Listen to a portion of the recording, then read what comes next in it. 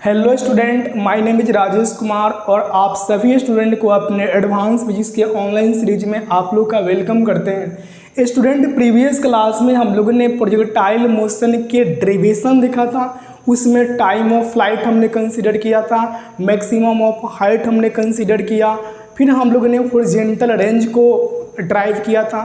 Student, हम ऐसा मान के चल रहे हैं कि जो भी हमें अभी फार्मूला जो ड्राइव किए गए हों वो इस कंडीशन में है कि उस बॉडी के ऊपर कोई भी अदर एक्सटर्नल फोर्स वर्क नहीं करे, जैसे कि वहाँ पे कोई एयर रेसिस्टेंस नहीं है या कोई भी उस पर अदरवाइज कोई भी फोर्स उसको डिस्टर्ब नहीं करे, फ्री फॉल है। ठीक है ना। तो आज का एक उसी के बेस पे स्टूडेंट हम लोग न्यूमेरिकल HC वर्मा सर की बुक से उठाया है।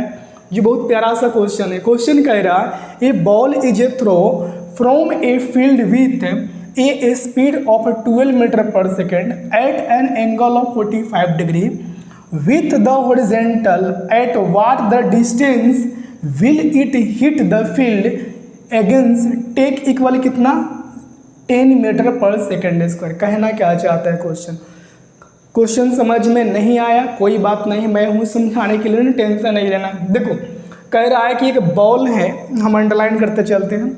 ए बॉल है, ए बॉल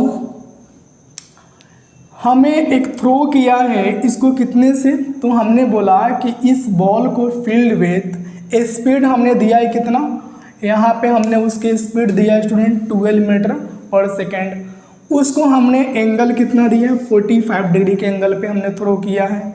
फिर अगर हम दूसरी बात करें स्टूडेंट, तो क्वेश्चन हमसे कह रहा है कि what the distance will it hit the field against, मतलब कितने डिस्टेंस पे जाके वो बॉल स्ट्राइक करेगा। कहता है कि एक बॉल है, उस बॉल को हम हॉरिजॉन्टल के साथ 45 डिग्री के एंगल पे थ्रो किए हैं, तो बॉल हमारे इनिशियल पोजीशन से कितने डिस्टेंस पे जाके बॉल गिरेगी, वही हमें हॉरिजॉन्टल रेंज ड्राइव करना है। ठीक है स्टूडेंट, तो इस क्वेश्चन को हम पहले अगर थोड़ा सा इससे प्रीवियस में जाते हैं तो हम बात करते हैं एक्सीलरेशन ड्यू टू ग्रेविटी के।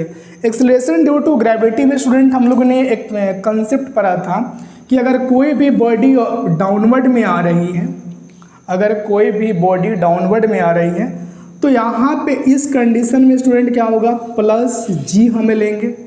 अगर कोई बॉडी अपवर्ड में जा रही है तो हम इस कंडीशन में क्या लेंगे, माइनस जी लेंगे। ये हमें दो साइन कन्वेंशन तो याद रखना है।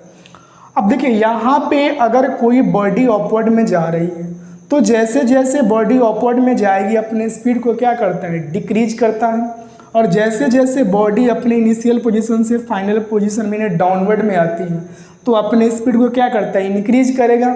अब यहाँ पर देखिए दो पॉइंट काफ़ी इंपॉर्टेंट है, बॉडी अपवर्ड में जाए या डाउनवर्ड में जाए, वहाँ पे एक्सीलरेशन ड्यू टू ग्रेविटी हमारा तो ऑलवेज डाउनवर्ड में ही वर्क करता है। तो यहाँ पे अगर आपसे डायरेक्शन पूछा जाए कि एक्सीलरेशन की डायरेक्शन कहाँ पे है, तो आप स्टूडेंट बताएंगे वर्टिकली डाउनवर्ड में है, चाहे बॉडी अपवर्ड में जाए या डाउनवर्ड में जाए। जो एक्सीलरेशन ड्यू टू ग्रेविटी की डायरेक्शन है वो कहाँ पे है, डाउनवर्ड में है।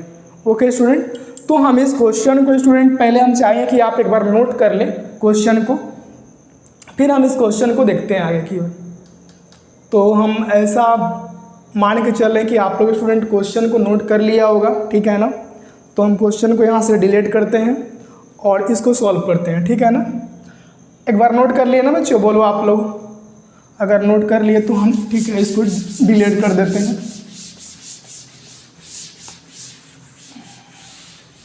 क्वेश्चन हमने स्टूडेंट आपका डिलीट कर डाला।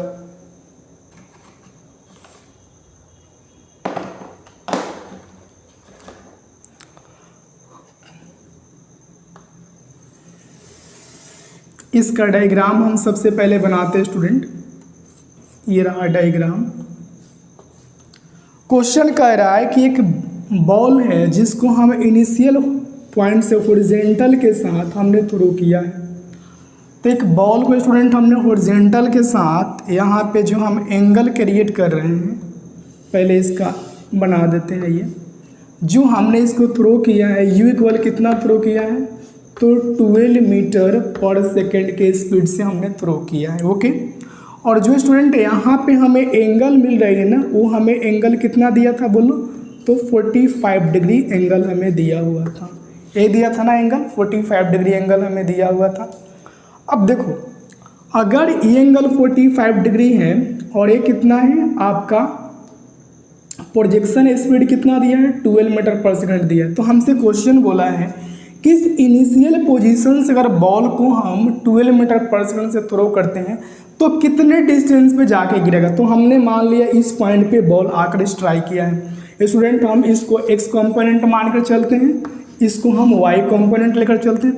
यहाँ से यहाँ तक के डिस्टेंस को स्टूडेंट हम लोगों ने क्या मान लिया, तो हमें स्टूडेंट आर मानते हैं। जो आर क्या होता है student, horizontal range, horizontal range,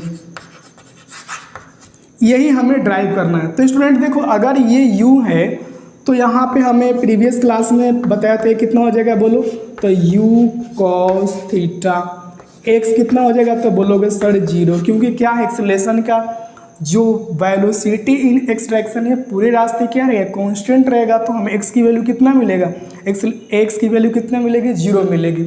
okay, अब वही हम ay में देखो स्टूडेंट, तो हम uy की बात करें तो uy कितना होगा बोलो, यहाँ पे u साइन थीटा, ay कितना होगा, तो बोलोगे आप सर -g होगा ना। तो लगा दो आप हॉरिजॉन्टल रेंज की फार्मूला, हॉरिजॉन्टल रेंज की फार्मूला क्या होता था याद करो, u square sine 2 theta upon कितना g, ये होता था ना u square sine 2 theta upon कितना g। तो r की वैल्यू हमें निकालना है, तो r के लिए r ही रहने देते हैं। u हमें कितना दिया है, देखो u हमें दिया है 12 मीटर पर सेकंड, तो यहाँ पर लिखो 12 का होल स्क्वायर, साइन है 2, थीटा कितना दिया 45 डिग्री, तो लिखो यहाँ पे कितना 45 degree, by acceleration due to gravity हमें कितना लेना है, 10 लेना है। ओके, तो 12 का स्क्वायर करो तो कितना मिलेगा 144 इंटू साइन कितना मिलेगा 90 डिग्री, देखो 2 इंटू 40 90 हो जाएगा ना, और अपॉन में कितना आ जाएगा 10, तो 144 इंटू साइन 90 की वैल्यू कितना हो जाएगा 1 बाई कितना आएगा 10, तो कितना आ जाएगा देखो 144 अपॉन 10 यानी कैंसिल कितना 14.4 मीटर, यही हमारा हॉरिजॉन्टल रेंज आ गया। बोलो समझ में आया क्या। अगर कोई इसमें डाउट हो, आपको नहीं समझ में आया हो, तो आप स्टूडेंट मेरे कमेंट बॉक्स में जाके आप मुझे डालिए कि सर ये टॉपिक मुझे नहीं समझ में, हम उसका रिप्लाई जरूर देंगे। स्टूडेंट आपको किसी तरह से डाउट नहीं होना चाहिए। अगर आपको कोई भी डाउट हो रहा है या डेरिवेशन हो या किसी भी तरह के क्वेश्चन हो, तो आप स्टूडेंट कमेंट बॉक्स में जाके हमें वो क्वेश्चन लिख कर दे या बताएं, हम उसका रिप्लाई जरूर करेंगे स्टूडेंट। Thank you.